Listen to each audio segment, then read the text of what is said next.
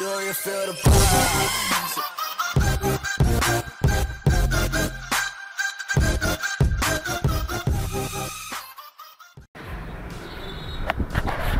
Hello everyone, this is Chinmay from Carburetor Clinic. Now I'm going to share with you some information regarding the carburetor timing. Now you must be wondering that what kind of a timing is there in the carburetor. Definitely, in the bike I have shown some of the videos regarding the timing. It is not related to ignition timing. It was related to handle timing or the kicker timing. Similarly, this vehicle has got a timing, or many vehicles has got a timing, not only this brand, but there are so many vehicles which has got a carburetor timing, because to control the level or to stabilize the carburetor, if it is unbalanced or something, if the level is wrong, then the fuel will supply, the bike will not start properly, or the supply of the fuel will become uneven. So to avoid that, the company has given you one particular timing. So I'll show you the timing.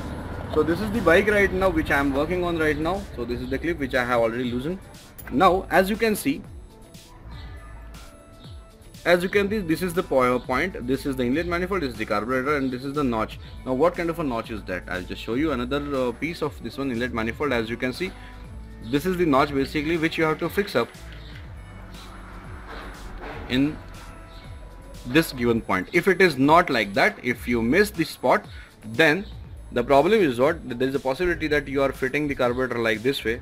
That means like this way or this way. So it has to be perfectly according to the given dimensions. So if you misalign the carburetor, then you will have tough time in starting the engine. So you should not miss the timing, which is very important to start the bike, because fuel is basically liquid. It's not a kind of a solid state or something, it's a liquid, so it should go in a particular manner. So guys, whenever you're working on the bike, don't forget to check out the spare part, and don't ignore the existence of all those points, because these are given for some particular reasons.